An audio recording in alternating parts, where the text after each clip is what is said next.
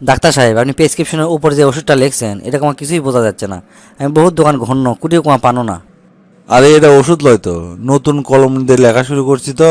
তো প্রথম প্রথম ওই কালি বাড়া ছিল না, সেই জন্যই ওই প্রেসক্রিপশনের উপরে ঘষাঘষি করে লিছি। এটা হচ্ছে যে ঘষাঘষির দাগ।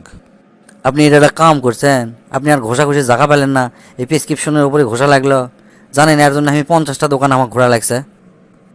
এ হে, 50টা দোকান আপনি ঘুরবেন কৃষক? এটা তো দেখেই বোঝা যাচ্ছে এটা ঘষাঘষি। দেড় মেয়ে এটা ঘষাঘষি? আপনি আরগুলা জেলা ওষুধ লিখছেন সেটাও সব ঘষাঘষি লাগাতেই লিখছেন আপনি, সব লেখা আপনার একই। মুখ সামলে কথা কন, এটা কি ধরনের ভাষা? আপনি জানেন আপনি কার সাথে কথা করছেন? আপনি একজন এমবিবিএস ডাক্তারের সাথে আপনি কথা করছেন।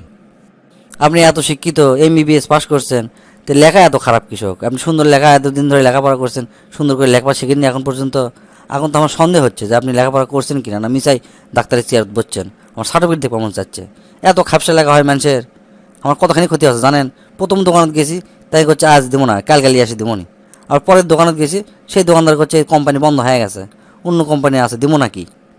তারপরে দোকানত গেছি, তাই করছে এই ওষুধের খুব ডিমান্ড, 200 টাকা এক্সট্রা দেওয়া লাগবে।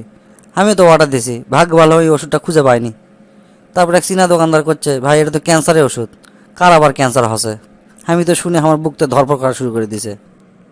তা আপনি মিসাই উল্লা দোকানত ঘুরবার গেছেন কে? আমাদের এই চেম্বারের নিচে যে একটা দোকান আছে, এই দোকানত গেলে তো সব বুঝবার পারে। কথা তো ওটাই ডাক্তার সাহেব, আপনারা হচ্ছে শাকের করাত, মানে যাতেও কাটবেন আসতেও কাটবেন। প্রথমে আনো হচ্ছে যে আপনাকে 1000 টাকা ভিজিট দিয়ে আপনাকে দেখাবার, আসে কিছু না শুনতে আমাকে 5000 টাকা দিলেন পরীক্ষা। পরীক্ষা নিয়ে আসনো, নিয়ে আসার পর কোনো রিপোর্টই আপনি দেখলেন না, না দেখে হিজিবিজি করে প্রেসক্রিপশন দিলেন লেখে। সেই লেখা কেউ বুঝার পারে না।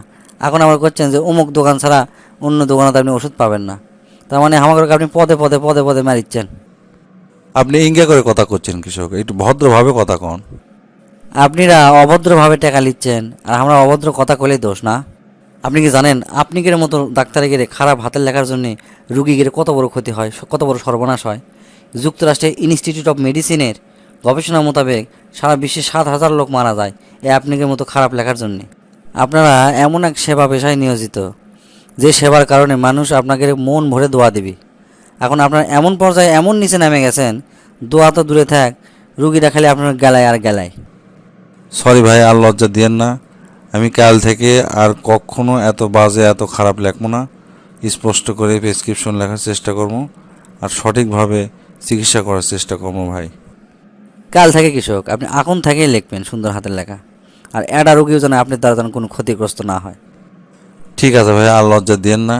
আমি এখন থেকে সুন্দর করে প্রেসক্রিপশন লেখবো, আর বাংলাদেশের সকল ডাক্তারের উদ্দেশ্যে করছি, আপনারা সবাই সুন্দর স্পষ্ট অক্ষরে সুন্দর করে প্রেসক্রিপশন লিখবেন, যেন যে কেউ এই প্রেসক্রিপশন পড়ে বুঝতে পারে, আর ভুল ভাল ওষুধ খায় যেন কোনো রোগী যেন বিপদগ্রস্ত না হয়।